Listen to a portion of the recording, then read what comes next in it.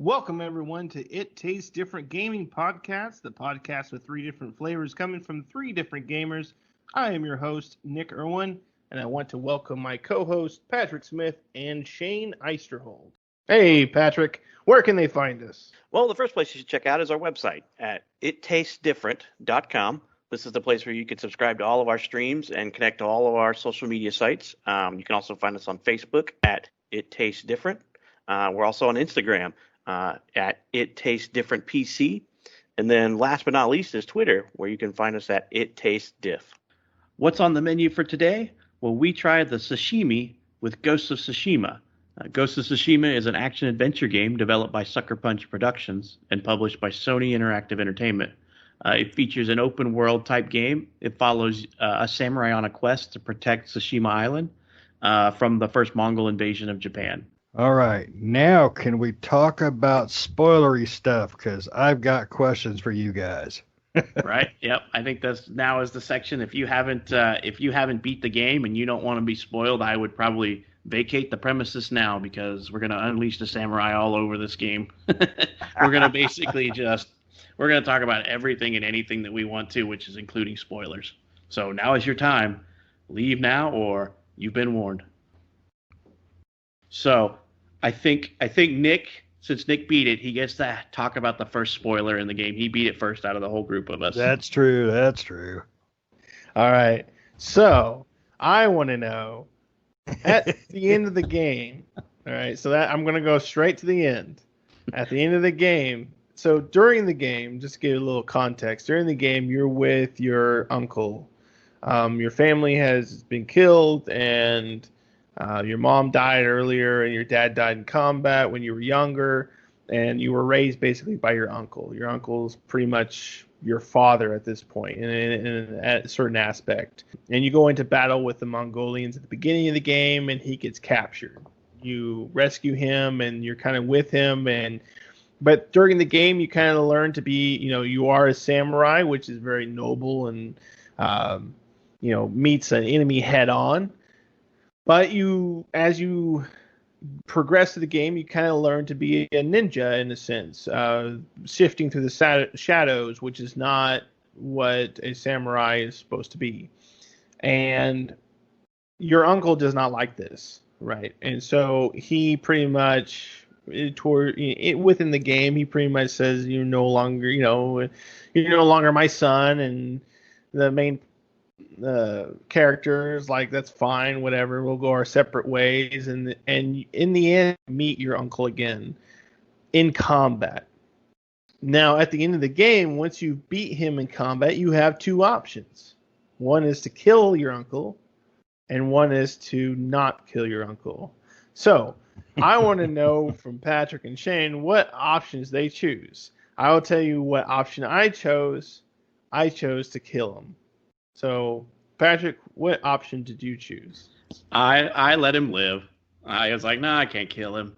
Because it just puts you through so much story with him. It goes back and forth, especially towards the end when you write the haiku together. I was like, how am I going to kill this guy? When you sit there and you look at him and you write the haiku, and then the whole storyline, Lord Shimura is your uncle who wants to adopt you, but can't adopt you because you went basically against the samurai code, poisoned a bunch of people, and you act like a roguish character, which is not very samurai-like. The shogun puts a hit out on your head, and he has to do what he has to do, so he can no longer be your adoptive father and has to burn the declaration of that.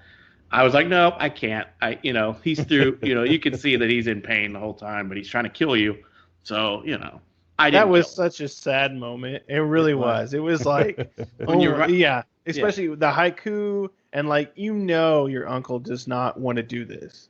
Neither one of them do, right? And your uncle is just he's tied by code and the whole shogun and the whole samurai, and that's just how he grew up, and that's just how the things he knows, and you can tell it's just killing him. Yeah, he wants to protect his lineage and his him being the leader out there. I can't remember the term they use, but yeah, he's the leader. He's the leader of the land of Tsushima, the island of Tsushima, and he doesn't want to lose that. But also, he doesn't want to lose his nephew, or what he just calls his son through most of the thing. He talks about him in the sense of a son. So I didn't kill him. I felt too bad. I'm like, no, I can't kill him. I let him live. Shane, what did you do? Well, at the end, he says, give me honor and ask to kill you. And I have never thought that hard about a choice in any game, period. I don't put that much thought into choices in my life. So, oh yeah, I sat there I did too. For like minutes going, I'm like, exactly. Seriously, game, you're gonna make me decide? I don't make any choices anywhere else in this game, and you're gonna make me make this choice? Yep. So live or die. That was so hard, but I chose to kill him. And by doing that, the reason I did that, and this is my reasoning, he loved his nephew as a son.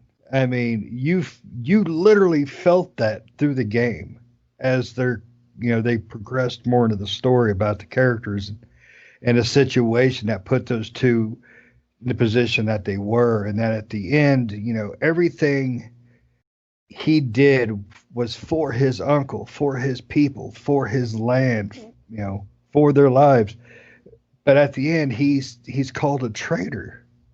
And my feelings was the uncle would rather die by his hand over anyone else, because he knew he was a hero, even though he didn't do the whole, honorable way, face every battle like he wanted, he's supposed to.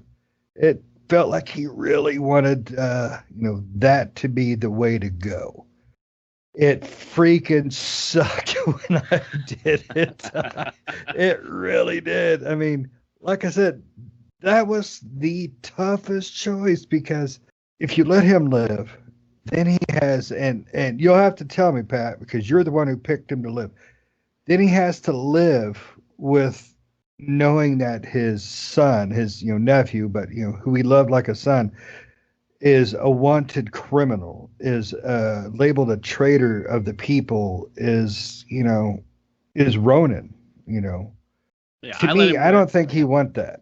But I understand why you did too. It's like, how could you possibly do that? It's a hard decision to make, and the thing is the game doesn't make it easy for you, because there's no time in the game where you feel like your uncle or that you hate him as a character. Right. You like the uncle character, right? Yeah, the whole entire game. There's nothing that makes you go, I hate that guy. I don't care if he dies. At the very beginning of the game, he takes you under his wing when your dad dies, and you're just like, oh, this is a good guy. And he doesn't take him in like he's a burden. He takes him in like he's a member of the family. And there's many cutscenes where it's young you and him interacting in a fatherly type way, where you're just like, they love each other, And so, yeah. So, Nick, why did you decide to kill him? I decided to kill him for the same reason that Shane did. He wanted to die by Jin, who's the protagonist in this game. He wanted to die by his hand. He wanted to die honorably as a samurai, and he'd lost in battle. And for him, that's the way that samurai go, right? If they lose in battle, they die, and that's an honorable way for them. And they die by what is it called, where they stab him in the stomach? Seppuku. Well, seppuku is self-inflicted. Well, it's but it's the same concept in that he basically stabs him with the little dagger portion in the stomach. So it's that same kind of concept, and it's an honorable way to die. And so I think for his uncle, and exactly what Shane said, he wanted to die, and if he was going to die, he wanted to die by his nephew's hand. He didn't want something else, or the shogun or something like that, to take out him or anything like that. That was for him. I felt like that was an honorable death for him, and he would, even though it was sad and it sucked, I think it was, because that was a hard decision. Because like I said, there's no point in the game where you feel like you hate the uncle character. Right. You like him throughout the entire thing. There's even when you realize that he's taken you, because he leads you into this place under a false pretense, really. He wants to meet, and he leads it that you're going to be. It almost seems like when he's running you through the town that he's taking you to a boat to get off the island to go lead the rebellion against the Mongols on the mainland. That's how he kind of leads it, and then you get up there and you're like, this is going to happen here. It's like deception. Yeah. Well, I don't think it was quite deception. I think it was really like the uncle. It was kind of like the ride through town at the end before you fight your uncle was kind of a way for your uncle and you to have one last ride through town, because that's one thing that they talked about throughout the story. Was that's something they like to do, was just talk about old times, because you're with the old lady. The caretaker, and that was a sad moment. Sad. That was very sad. Yeah, I was like, you cannot do this to me. Yeah, I was like, oh, she's gonna die? Are you kidding me? Like it was. Yeah, I was like, because she was so lovely, and like it was just it was like we said in the non-spoiler part, all the side characters were fantastic, right. And I've never played a game where every single side character I cared for, and even for a little bit of time, because you're with this maid. Or the housekeeper for a little bit of time, but the dialogue is so great that once you get to the end of that and she dies, and she's gonna die, and you're just like, oh, really? Does she have to? Yeah. And so I think that's so sad what that is, because you're sitting up on a mountaintop looking out over a sunset, and you're like, no, she's not gonna die on my shoulder, is she? And she dies on your shoulder. And I'm like, God dang it, what the heck? Come on. Yeah. This game pulls at your heartstrings in several different locations in it. And it is because they did such an amazing job of humanizing those characters. Even Kotu Khan, the main protagonist in this game, was so amazingly done. Right. I mean, when he was trying to convince you to join him, and that it was your fault that these people are dying because you were not. It's like, you know what? He kind of got a point, Yeah. And right.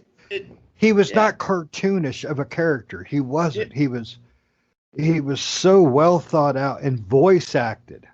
Right. Yeah, you're exactly right. You're exactly right. I mean, even the bad guy, which is usually pretty bad in games, I mean, he was believable, right? I mean, he came across like, I kind of get his point, right? Yeah. He wasn't just an absolute bad, just I hate everybody and everybody must die. He kind of made, said things and brought up things that you're like, oh yeah, I kind of get your point, even though you're still a bad guy and I don't like you. Because you're doing evil crap. You're doing evil stuff. I kind of get what you're talking about, Right. And it's like, yeah. So, like I said, back to why I picked to spare his life, because when playing the whole thing and all the sad moments, like the Yuriko, the old woman who was your caretaker and stuff, it got me to thinking, that guy is the only lineage. Lord Shimura is the only lineage left of his people. He doesn't have a son, doesn't have a wife. And you guys talk a little bit about that when you're at your family's graveyard before the duel. Yep. And I was like, and then so at the end, he basically says, if you have any honor, you'll kill me. And so it's different. So I know that you guys haven't seen this part, and I haven't seen your part, but I basically mic dropped him when I didn't kill him. I'm like, yeah, I have no honor.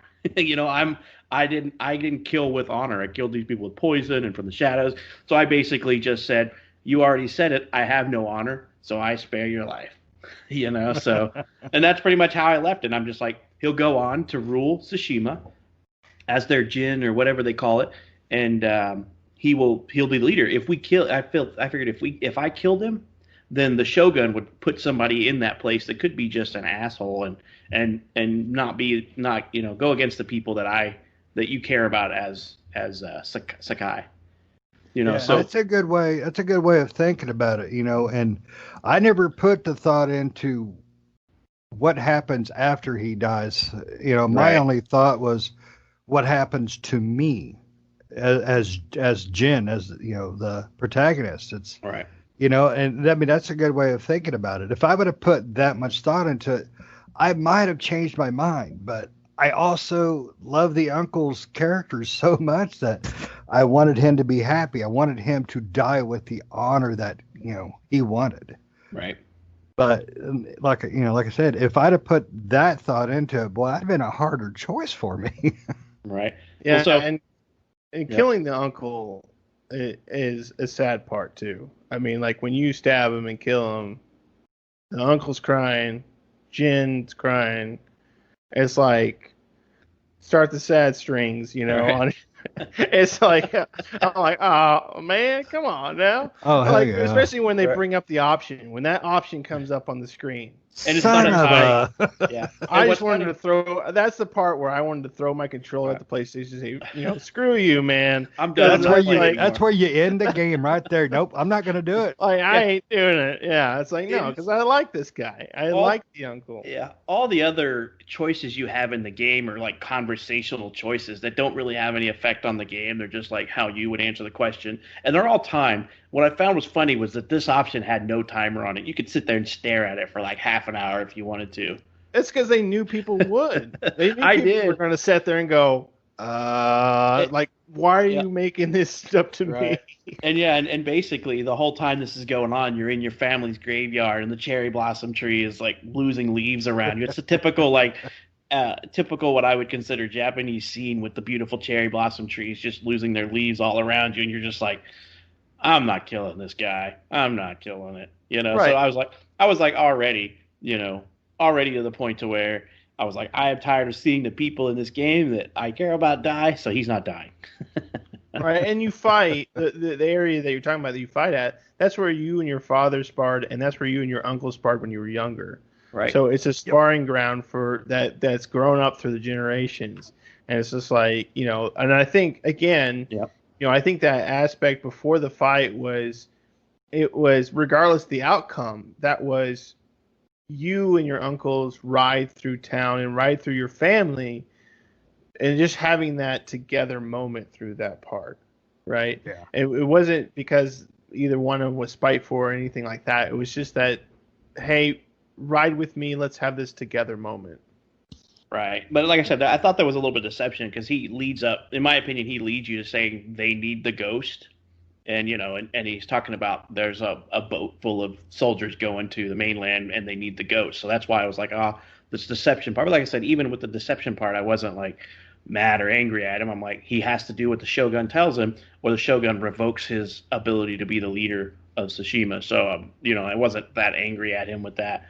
But like I said, too many people died in the game that I liked. Like I said, Yuriko, which is the caretaker old lady, that was so heartbreaking, to be honest, because you when you play it, you play like 3 quests with her, 3 tales with her, and you guys are going around old family things and what you used to do when you were younger and all this stuff, and then you start getting towards the end and she starts calling you like your father's name or whatever, so she's going a little senile, and I was just like, oh, where's this going, and I'm like, she's calling me by your dad's name, calling you, asking, Kazuma-sa or whatever his name is, and she's talking to you about that, and then you lose her, and then you find her, and you're like, okay, I'm gonna get her. She's gonna go back to this place, and we're gonna get her some help. And nah, we go to her family's graveyard, and she freaking dies sitting there next to you at the sunset. I'm like, no, I don't want to see any more of this, So, so then you got Taka. That one really hit me too.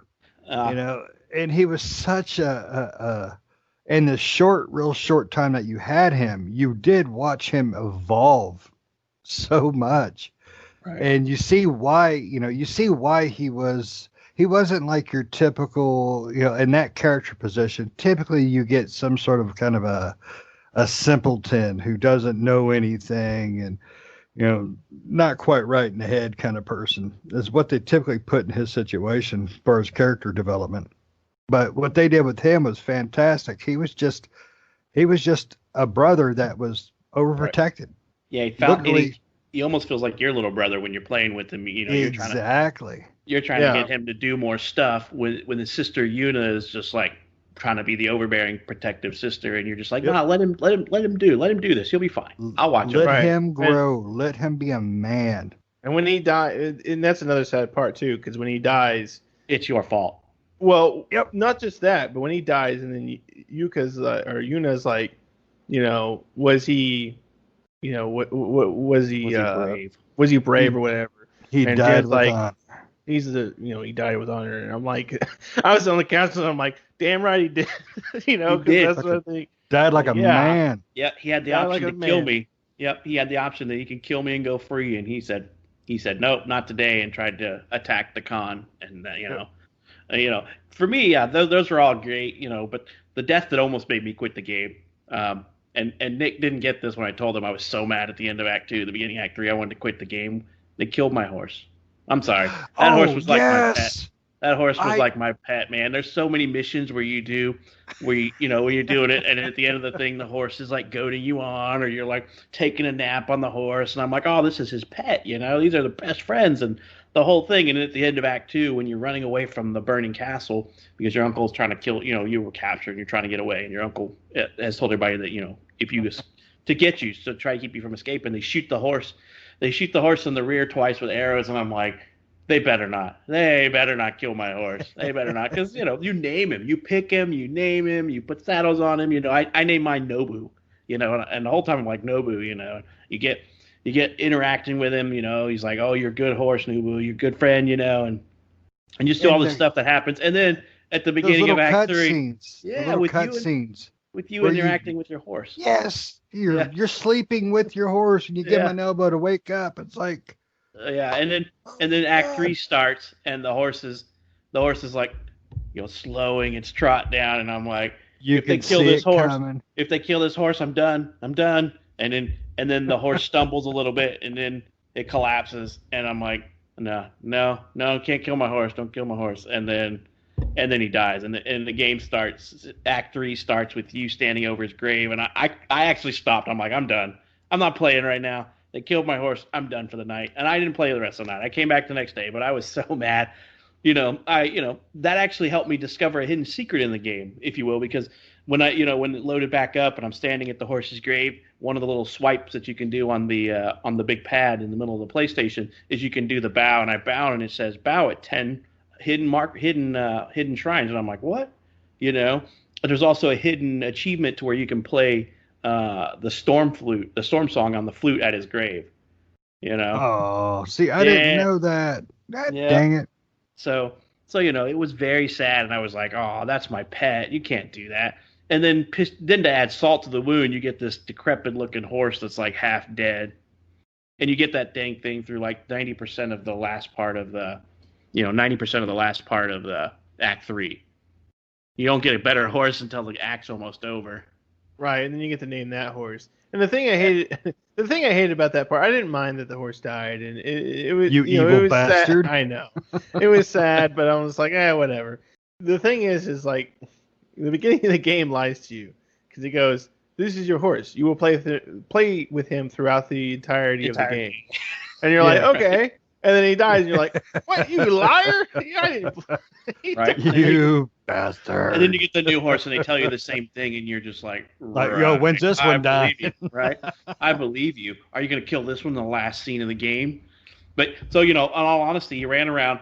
So I picked the gray looking horse, and I named him Nobu, and that stuck with me. And then I felt so bad. So when, you get the new horse, I felt so bad that you get to pick a new horse because you either get, I don't know if it's the same for everybody, but at the end, since I picked the gray kind of horse, at the end I got the black horse or the white horse, or I could keep the decrepit, brown looking, emaciated looking horse.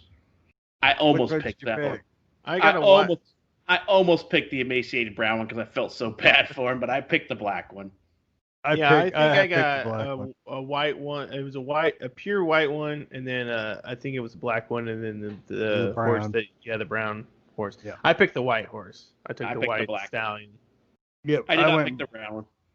Yeah, I went with the black one just because my horse originally was black, so I missed my horse. I cried when my horse died, and what made that so bad is they drug that whole scene out. Oh yeah, and like just intentional.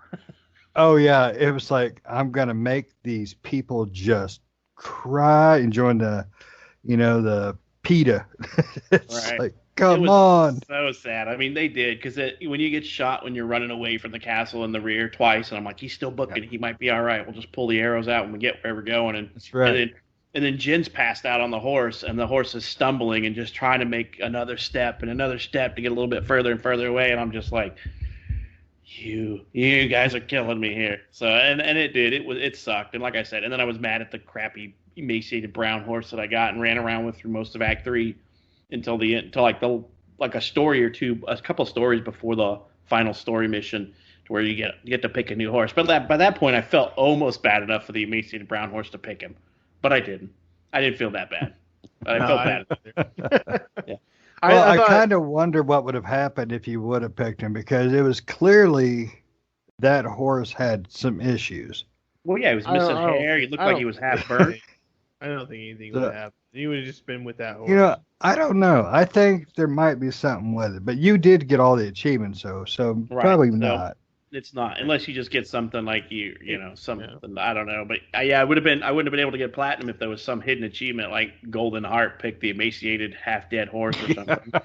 Pick the half-dead horse achievement. Right. There you go. Well, so there are so many side characters and quests in this game that are memorable. And then some of them that weren't really side characters, but they were side characters, but they didn't really have a whole lot of stories of their own. Like I remember, so I think the funniest character in the game, in my opinion, was Kenji. Oh yeah, the drunken sake guy. Yes. He had some of the best, funniest side quest stuff that it was in the game. He kind of reminded me of Rafiki or whatever in the old Far Cry Primal game, where he's just the comedic. Yep. Comedic, but they almost seemed like they made fun of like the stereotypical sake drunk guy without going overboard. I felt like, without being like culturally insensitive, but he was just a funny guy. Like I remember the whole scene where he's like stuffing you in the wagon, and you guys are making jokes about it. I was thinking the same thing. That they did make him a stereotype without exceeding, to where it becomes just nonsense, because they also made him such a human character as well. When he was talking about Taka after he died, it was like, it's like he lost a friend. He truly lost a friend, and he was there. He was ready to get his drunk butt up there and take on the Mongols, for Taka. And I love the way they created his character, and like you said, he was a stereotype, but they didn't overboard him. Yeah, I agree. He was a great character. He was super funny, and I love the fact that he was with you through the whole thing. And at the end, I didn't know, like in the last attack, if he was going to be there, but he was there, and I was like, "Yeah, you are." He's there ready for the fight. Yeah, he's there ready for the fight, and so I was like, "Yeah."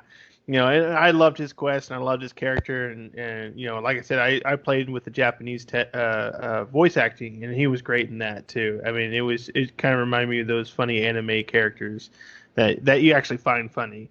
It was perfect. And one of the other characters I really liked was the bard, the minstrel guy that would tell the tales of the different side quests for the legendary. Yeah. Legend. He was really cool, and I liked listening to the different tales they tell, because they tell them like old Japanese, legend. Yeah, it's like legendary tales. Yeah. I did enjoy those a lot. I don't think there was really a side quest, and like I said, I didn't get to finish all the side quests because I wanted to be done in time for this review. None of them that I played bothered me at all. Right. Even the ones that were kind of a stereotypical open world thing, they did it in such a way that it never felt burdensome. It always felt natural of your character to help those people when you did things for them. Right, exactly. And the side quests on that game were memorable. I mean, in my opinion, the hardest quest line in that game wasn't the story, and it wasn't any of the direct the direct character side quest. It was the Ronins to go and do the single battle with all the Ronins to find the leader and then battle the single Ronin leader because they put a hit out on you type thing. Oh. Those were actually harder than the game itself. The last Ronin that you fight, he was I think I fought him more times than anybody else in the game to beat him. I didn't have a problem beating Kodo Khan because I think at that point I pretty well figured out when I saw the way he was approaching me. He had a sword, he had a staff, he had a shield. I knew where this was going. I knew this was going to be a lot of stance switching. There was other battles though that were like, holy crap, this dude's hard. The first Ronin I came up against, I think he took me probably 3 tries. I can't remember the last Ronin guy's name. Do you remember who it was, Nick? But he gave me so much fits. He gave me a lot of fits. It was part of the Ronin 5 mission that he did. He, in my opinion, was the hardest out of every boss in that game. Like, I fought him so many times because he just had this nasty, brutal movement. And to me, Kodo Khan was a pushover because 75% of the fight he ran around with the spear. And if you're in the win stance and just continuously attack him, you auto parry all of his attacks. For me, the Ronin fights weren't that difficult. I think I maybe retried one. I don't know if I retried any of the Ronins. I think I beat them all the first time around. Even the last one in the last monastery. One. Yeah. I think you're full of crap. First time. I didn't have to retry. I mean, he was the only one that gave me trouble. I beat all the others like the first try. Maybe one of the other ones probably took me down. Not that they weren't hard. They really were, and the last one was hard. But I do remember beating him the first try. The Kodo Khan, I beat him the first try too. I think the Kodo Khan, his fight, I loved it. I absolutely loved it. It was a lot of repetitive like fighting over and over, but I just love the fact that every time you kicked his butt, the look on his face was like, "Oh crap, shoot, I'm in trouble." Right? He would run away. And he would keep coming. Yeah, he would run away, and his enemy, his guys would come out, and you beat them, and he'd come back down, and then you knock him out again because you had to fight him like 4 or 5 times, and every time you knocked him back, the look on his face was like, "I ain't gonna win this." Yeah, right. And then you execute him, you kill him, and it's great. I honestly thought his was one of the easier fights. I thought he was going to be hard, but just because when your first interaction with him, he raffle stomps you and throws you off the bridge, So it wasn't. I was thinking, okay, he's going to be hard, but then I got to thinking about it the closer I got to the end of the game, and I'm like, I have maxed out all my stances, and if he keeps that pole arm going, he's never going to hit me. I'm just going to have to continuously attack, and I can parry all of his attacks, and he did until the very end when he pulled out. I think he was at like 25% health or whatever, and he pulled out a shield and a sword, and I'm like, oh, dude, you're screwed. Jump into waterfall stance and just pounded the crap out of him. The boss fight was probably, out of everything in this game, was probably like the weakest portion, and it was still a great fight. But it was to me, it was kind of predictable when I saw him show up. I pretty well knew. I was expecting more of switching around, but he took this stance with the spear, then he switched over. I was surprised they stuck with the spear so long, since the spear guys were the easiest ones to defeat, in my opinion. Yeah. I think I think because it was part of the main story quest, they tried to keep that a little bit easier than the side quests, because the side quests you don't necessarily have to complete. Right, so those were a little bit more difficult than the main storyline, right? I think they wanted to make the main storyline a little bit easier so you could get through it, because that is a problem for some players where the main storyline's too difficult and they can't get through it, and I think they just wanted to be able to make it easy, still difficult but still easy enough that you could get through it easily without running into a lot of hurdles or things like that. One of the things that we haven't talked about yet is the really cool ghost stance. We talked about the different stances. There are different stances depending on the characters that you fight. You have the normal stance, and you guys might have to help me with the stance names. There's the normal stance where you're just fighting guys with swords, and then you have a shield stance. I think it's the water stance. Yep. You have the water, the wind Right. stance, then you have the moon stance, and then I Yeah. always forget what the sword one was called. Yeah, I can't remember what it is either. But the water stance is when you're fighting people with shields, and then the wind stance is when you're fighting people with spears, and then Spears. the moon stance is when you're fighting the big brutes, the big guys. And so, you have to go through. The game teaches you how to change these stances, and these stances are definitely stances that you need to know, right? If you're fighting a shield guy and you're in the wrong stance, you're going to be fighting the shield guy for quite a while before you kill him.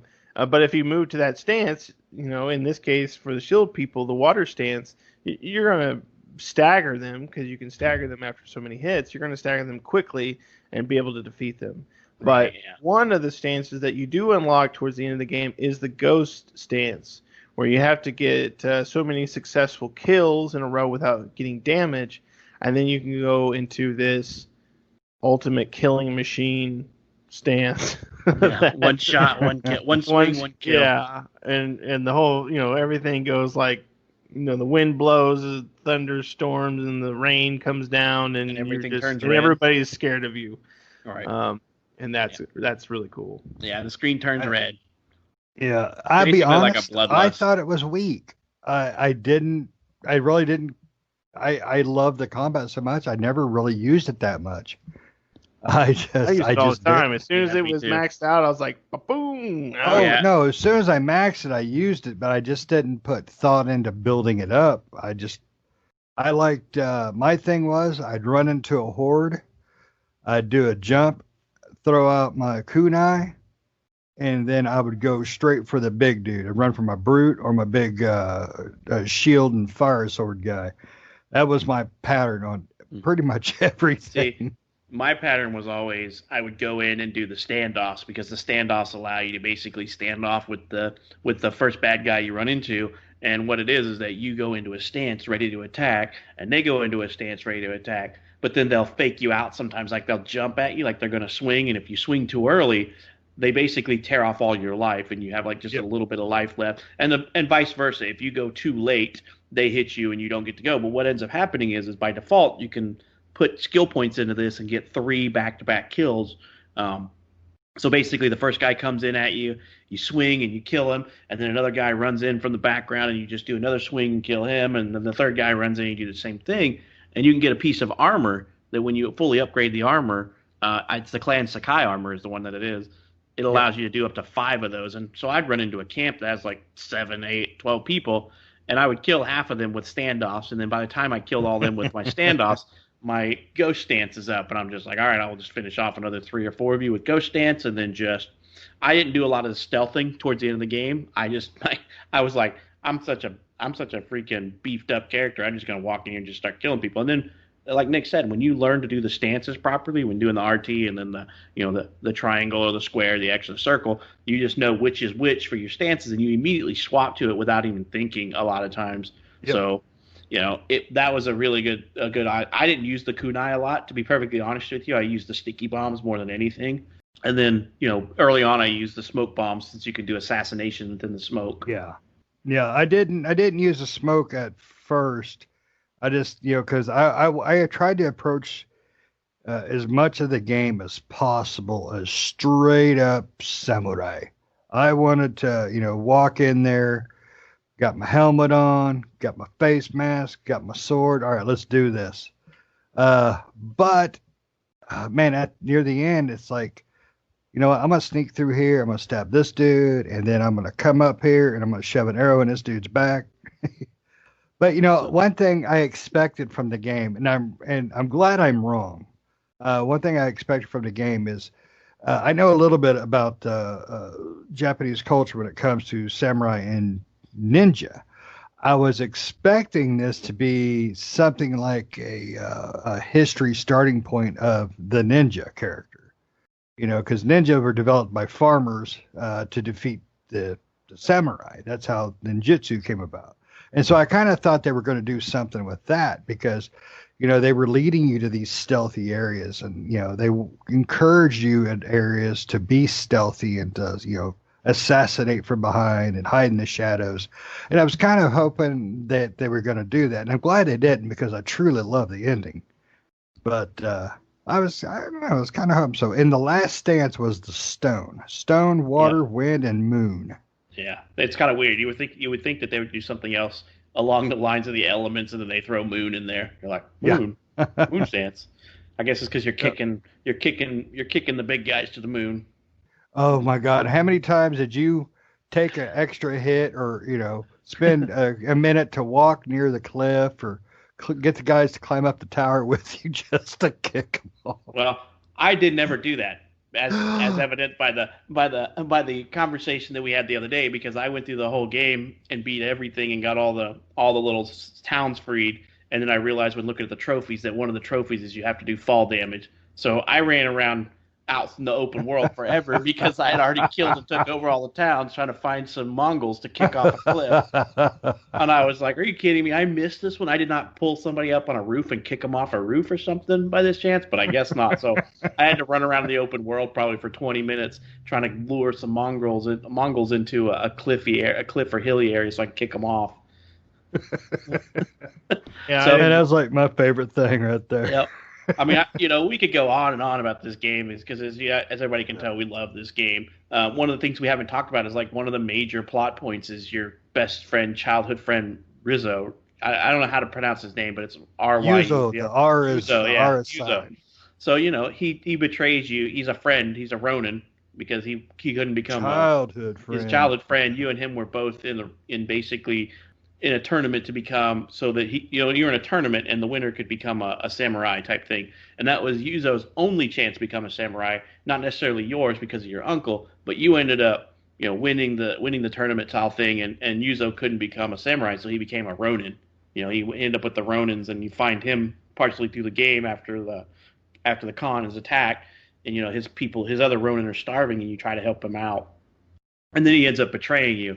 You go to do the big battle to take back to go rescue your uncle, and all your friends that you meet throughout the game are there to help you except for him, and you find out in the middle of the battle to retake the keep, trying to free your uncle, that Yuzo is helping the Khan because his people are starving. You kind of feel for him. You don't really hate him, but at the same point, when it comes time to deal with Yuzo, I didn't hesitate. I'm like, yeah, screw this guy. No. He's betrayed me too many times now. And and when you get to that point and he doesn't show up, I don't know, with the character development of all the characters and up to that point, I was expecting him to do a last second, charge in there and help you out and all that crap. And then, there he is. Like, why are you here? No, you are not betraying me. You're my brother. I mean, it was so well done. It broke my heart because I did love his character. Even though he betrayed you, you understood his character, and that sucked. That really sucked that he betrayed you, because his missions were fun. Yeah, they were. Like I said, and so that was like one of the early on plot things that play out, and you think that he's gonna be the guy that gets the hero's redemption, that he basically redeems himself, but it never happened. This game has a lot of twists like that I honestly didn't see coming. So what I want to ask you guys is, who was your favorite side character in the game? Like, which one of the side quests and characters was your favorite to run through their missions?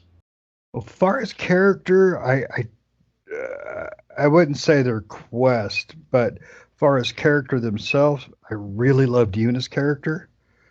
I mean, she was strong. I mean, she was very intelligent character. She taught you so much. But I really want to say Taka's character, in my opinion. I thought his character was just, for such a brief time that you got to know the character, I really loved and respected what they did with him all the way up to his end. Right. I really grew to just love that character. Gotcha. But far as a side mission, I think the one I enjoyed the most was where you're tracking down people you think are thieves, and it turns out they're hiding their goods in a cemetery to protect it from the Mongols. Yeah, you think And they're then thieves. yeah, and then you end up protecting them from the Mongols when they show up. It was just listening to the character, the various characters in that situation, and it was kind of their situation in the world that what they were doing. I really enjoyed that one. That one really stuck out to me.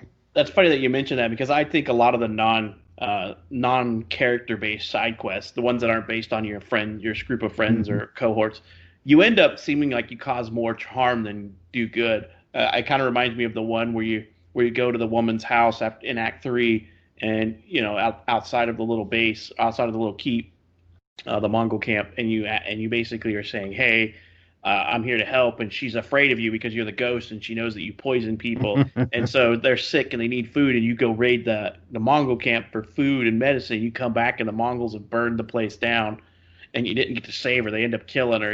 Yep. That the side quests in that game almost feel like you hurt things more than you help in a lot of cases. Yeah. I mean, you try to help out. Taka's a perfect example. You try to help and foster Taka and try to let him get out from underneath his sister's wing, and you end up just getting him killed Yep. because he wants to be like you.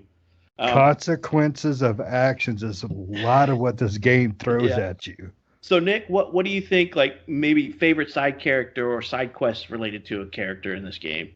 My favorite side character is Kinsey, the drunken, the sake seller.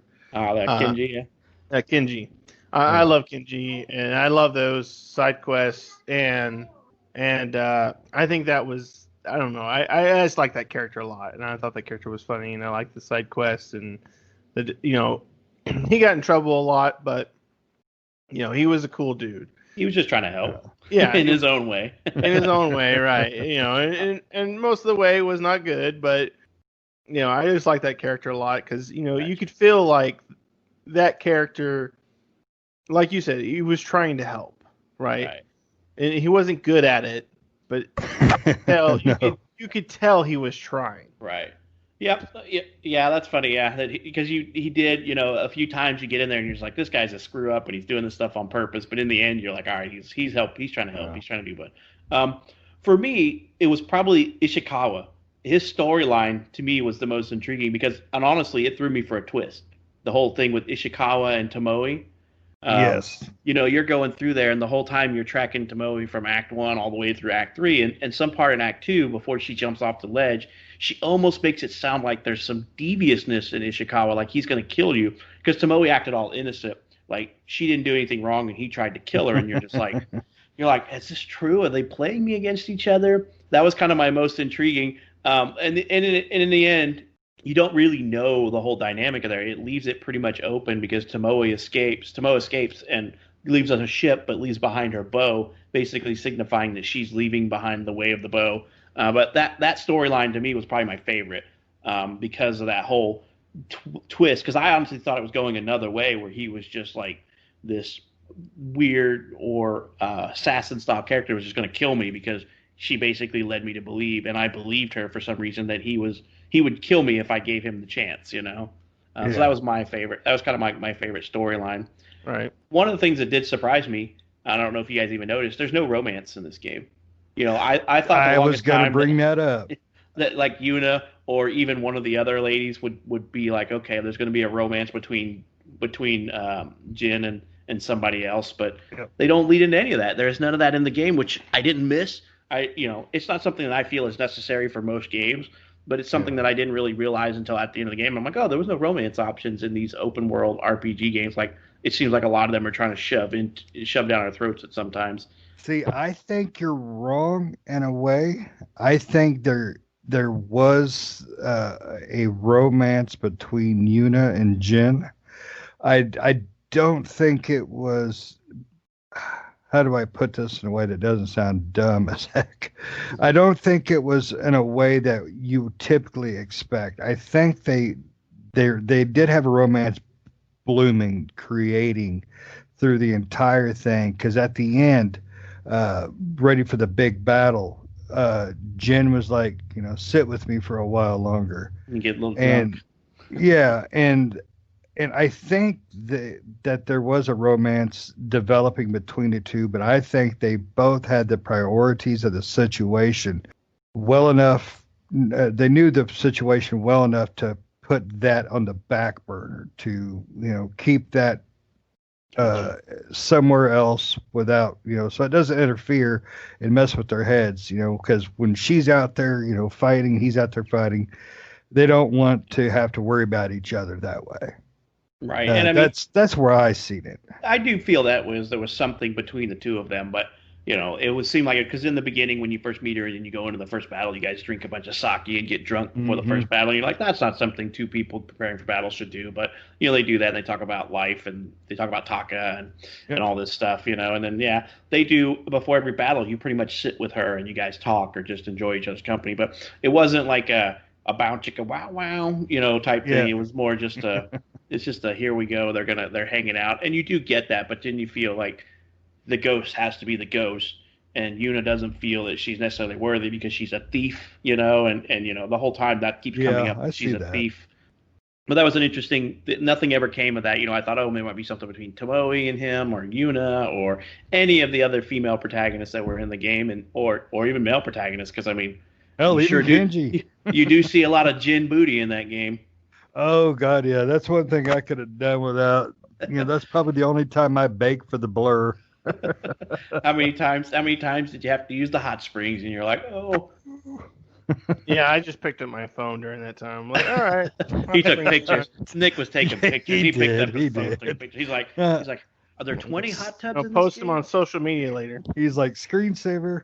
Well, yeah, good thing you're not on like Microsoft. They'll be banning you for taking screenshots and stuff like that. But yeah, so yeah, it was a good game, and we could all probably go on for hours on this game. But I wanted to kind of turn it over to you guys to see if there's anything that you really wanted to touch upon that you think we should mention while we're still on topic before we end this. Only thing I would like to say is give me the co-op, make it as good and tight and interesting as the single player, and don't worry about a sequel just yet. Just take it natural and give me that damn co-op. I'm ready. Yep, I want co-op too. Ready for Legends, which we only have a few more months left out of this year. So we got September, October, November, and December. So we got 4 months left. So we say 2020. So unless something gets delayed, we'll get the co-op. And the co-op has raids in it. So I'm like, all right, this sounds like a lot of fun. Oh yes. So Nick, what about you, man? Anything else you want to touch upon before we put this one to bed? Because like I said, we can talk for hours on this game. Oh yes, we have.